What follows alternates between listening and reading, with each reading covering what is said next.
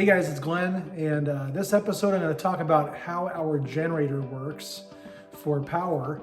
You know, we got home today and there were 3 ComEd trucks sitting in the driveway ready to do some work on the electric poles outside of the property line. And I pull up and I said, hey, what's going on? And he said, yeah, we're going to be doing some power work here, and we're going to have to shut off your power for a few hours.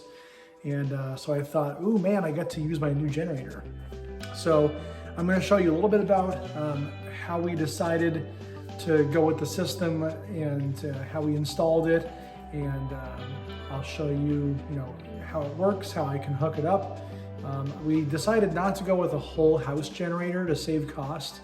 And so what we figured out, I think, is a good alternative to having a whole house generator.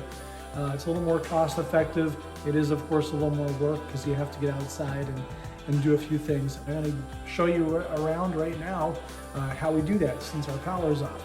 So as you can see, there's no power on the refrigerator. Dark inside. And I didn't unplug it. All right. So let's come out here to the garage and I'll show you around.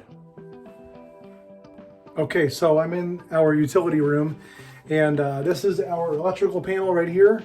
As you can see, and what we have installed here, it's a little dark because, again, the power is out, but this is a transfer switch.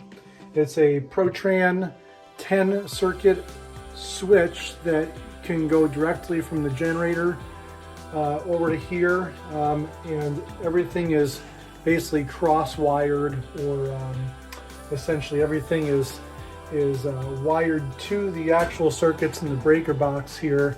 And so when you have a power outage, you get your generator started and crank it up, and then everything here goes from, as you can see, it says line and off and gen. So right now everything is on the line position, everything is down. And so in a second here, we're going to fire up the generator, and then I'm going to flip everything up and the house should come back on. Now, we didn't do every single circuit because we didn't have enough room for that. All right, so if you look at my panel here, you may not be able to see these markings, but like for instance, up here is my well pump. And so that's going to come on with the transfer switch. My lights, my powder room, kitchen, laundry is going to come on. My lights in my dining room, side porch, security lights, living room receptacles are going to come on. And then refrigerator is going to come on. And what else did we decide? Septic pump is going to come on. And then boiler is going to come on. Garage openers, I thought that would be kind of nice just in case we're really stuck with no power for a while and we still want to get it in and out easily. It's kind of a luxury item, but again, we had the open circuits, so why not? And then also the garage receptacles are on here. The furnace, the upstairs hall, bath, and office. All right, so that should be 10. 1, 2, 3, 4, 5, 6, 7, 8, 9, 10. And so what we're going to do next is go outside and hook up the generator from Costco. It's a Firman Tri-Fuel Generator, and we'll get that out right now. Okay, so this is the generator, Firman T07571 Tri-Fuel Generator. And so what we did was we had our propane company install a second line off of the main gas line that attaches to the house. He just teed off and put a valve there for a second line.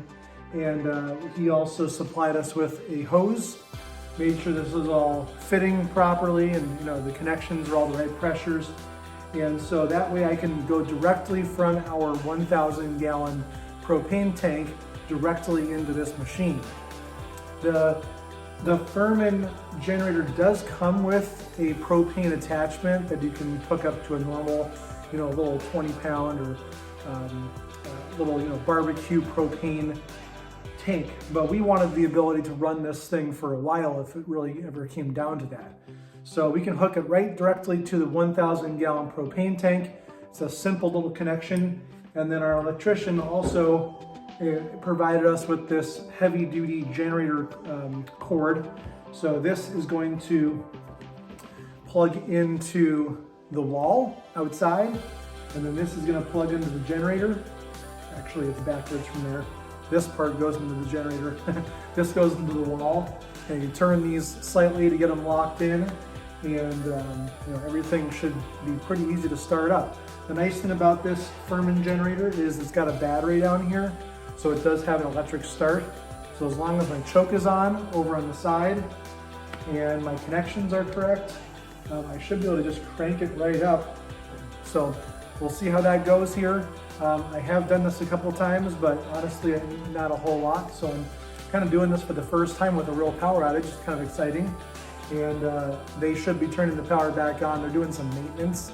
So this isn't an actual emergency, but should it come to this, it's kind of nice that we have this set up ready to go. So next, I'm going to take this outside, set it next to the house, a good safe distance away, make my connections, and then start her up.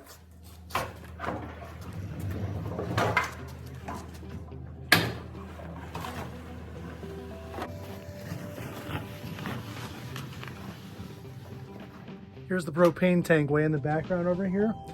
And so we had a line coming down here in the backyard, comes around here to our the back of the utility rooms right here. So we have the propane line coming in right here. Here's that main line, comes up. And then this is that extra T that we had them install. All right, so there's the hose. So what we would do is we would turn this on, and then we're going to connect this hose to the generator and get that all set. All right, so we're going to do that next.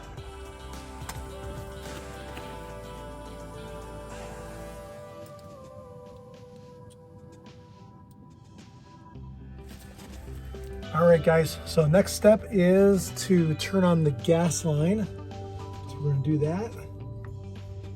And then next we're going to choke and turn the starter on and see if we can get this thing to power on.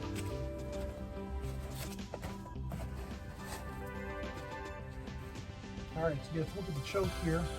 So we're on propane setting. There's a natural gas and a propane setting back here. So just make sure you're on the propane setting. And then we're going to put it on. So the light just came on. We're on LPG and we're on choke, so we should be good to go.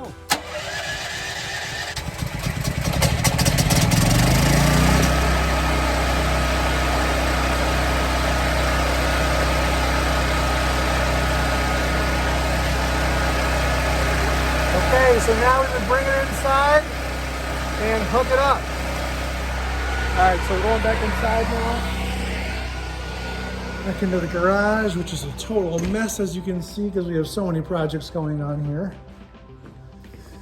Back into our generator. Oh, and look at that. Our power is back on, of course, because ComEd turned it back on. Look at that. So, at any rate, what would happen next is I would flip this to Gen. And that is going to turn on all those 10 circuits that we wired. And we're running off of propane power then. And then when ComEd's service restores, ComEd takes over, I come back out, I turn everything back to line, which is the main electric, turn off my generator, put it back inside, done. So pretty nice little setup here. Kind of funny that ComEd restored power before I just got to turn on the generator power.